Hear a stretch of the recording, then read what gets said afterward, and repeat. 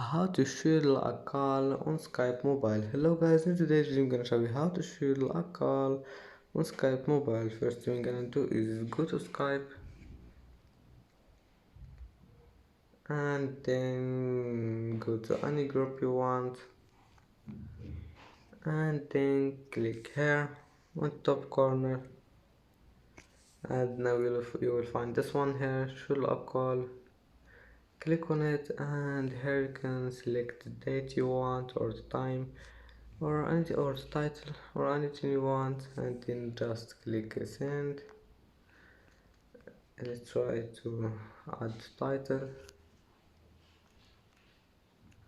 and then click send, and as you see, schedule call has been added. And that's it for today's video. If you like this video, don't forget like and subscribe, and see you on the next video.